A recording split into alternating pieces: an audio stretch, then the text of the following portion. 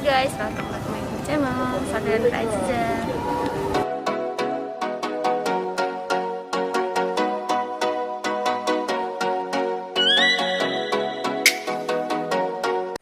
Assalamualaikum warahmatullahi wabarakatuh. Kembali lagi ke belajar bareng Vira. Kali ini aku masih membahas tentang tugas besar 1 aku kemarin seputar PT Asuransi Jiwasraya. Nah, sebenarnya ada beberapa siklus ya di dalam kita menganalisa laporan keuangan. Di sini ada siklus pendapatan dan juga siklus penjualan. Nah, di dalam siklus penjualan itu sendiri, di sini pertama akun apa aja yang diaudit berkaitan dengan siklus penjualan dan penagihan. Sebenarnya kalau asuransi sama perdagangan itu berbeda. Kalau perdagangan itu ada retur, terus juga ada kredit, terus ada neraca dan segala macam. Kalau misalnya asuransi itu lebih ke arah investasi, terus kas keluar masuk. Nah, yang kedua itu bagaimana proses pencatatannya dalam dokumen yang terkait dan jurnal akuntansinya. Sebenarnya kalau misalnya bank keluar masuk itu sama ya, penjualan, maka transaksinya itu transaksi penjualan juga, dan investasi pun juga sama, masuk dan keluar. Serta yang ketiga itu bagaimana sebaiknya pengendalian internal itu dilakukan untuk terjadi agar tidak terjadi kesalahan atau cacat. Nah, di sini tuh kemarin sudah saya jabarin tentang yang namanya risk management. Di situ menjelaskan tentang bagaimana seorang auditor itu tahu kapasitas atau prioritas yang harus dipilih, dan juga bisa menggunakan cost framework. Cost framework ini sering digunakan oleh auditor-auditor dalam mengaudit atau menilai laporan auditnya. Itu bisa kalian lihat di video aku sebelumnya. Nah, terus bagaimana caranya menguji pengendalian atas siklus penjualan dan penagihan? Sebenarnya sesuai tujuannya yang harus didesain untuk mencapai suatu tujuan tertentu. Nah, di sini jadi pengendaliannya itu harus sesuai dengan CFA.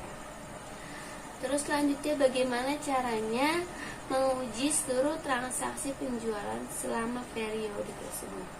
Biasanya kita kalkulasi ulang dari beberapa transaksi yang kita buat, kita kalkulasi, kita tracking juga, kita cek apakah ada kesalahan atau tidak. Nah, setelah itu bagaimana caranya juga menguji saldo piutang yang tepat. Pertama kita mereview dulu, setelah itu kita memberikan informasi, lalu kita bandingkan dengan fisik ya, supaya tidak terjadi kesalahan.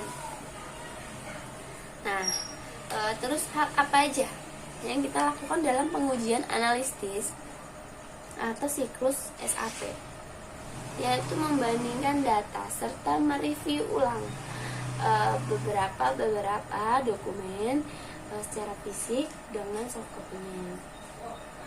Oke, yang kedua itu ada namanya siklus penggajian. Jadi di dalam asuransi ini tetap ada namanya siklus penggajian. Biasanya untuk karyawan atau juga ini membayar ke bank, kas atau penghasilan. Biasanya akun yang dipakai untuk siklus penggajian atau personalia. Balik lagi ke tadi, gaji atau tunjangan itu dicatat ya dalam laporan keuangan, kas keluar masuk.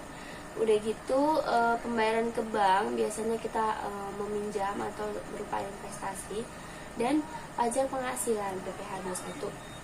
Nah, di sini jelaskan bagaimana proses pencatatannya untuk siklus ini. Biasanya dicatat berdasarkan accrual, basis, dan realisasi dari beberapa klaim yang biasanya diajukan dari karyawan itu sendiri atau mungkin investasi-investasi yang mau dicairkan. Nah, biasanya ini di jurnal sesuai dengan kasusnya. Terus bagaimana sebaiknya pengendalian internalnya untuk mencegah terjadinya pencatatan? Sebenarnya bisa juga pakai cost of living tadi, atau risk management lagi, balik lagi ke hal itu, dan risk mitigation. Nah, setelah itu bagaimana caranya menguji pengendalian touch atas siklus penggajian atau personalia ini. Nah, itu kita harus menerapkan sesuai SOP-nya. Jadi kalau misalnya kita sudah sesuai SOP, touch itu bisa berjalan dengan lancar tanpa ada masalah apapun ya. Lalu bagaimana caranya menguji bahwa seluruh transaksi penggajian selama periode tersebut sudah tepat? Yang pertama adalah menghitung dulu atas laporan keuangan yang telah dibuat. Setelah itu mereview dan melaporkan atas reviewnya itu sudah benar atau belum. Nah, terus bagaimana menguji bahwa saldo utang PPh 21 ini dibayarkan sudah tepat, yaitu mencocokkan atas penghasilan dan data yang akan dilaporkan. Jadi kalau PPh 21 itu kita punya laporan dari pajak, biasanya Dirjen pajak itu sudah memberi atas PPh 21, kita isi juga, kita cocokin juga atas pengeluaran gaji karyawan ya. Setelah itu hal apa yang dapat kita lakukan untuk menguji SAP? Ya, balik lagi ke membandingkan dan mereview seluruh transaksi-transaksi itu. Dan yang ketiga, bagaimana siklus persediaan atau pergudangan? Sebenarnya kalau pada TB1 aku itu menggunakan PT Jiwasraya yang bergerak di bidang asuransi, maka tidak ada persediaan dan pergudangan. Maka dari itu tidak ada pencatatan atas persediaan maupun pergudangan.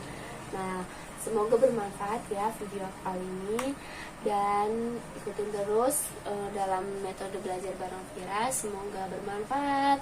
Wassalamualaikum warahmatullahi wabarakatuh.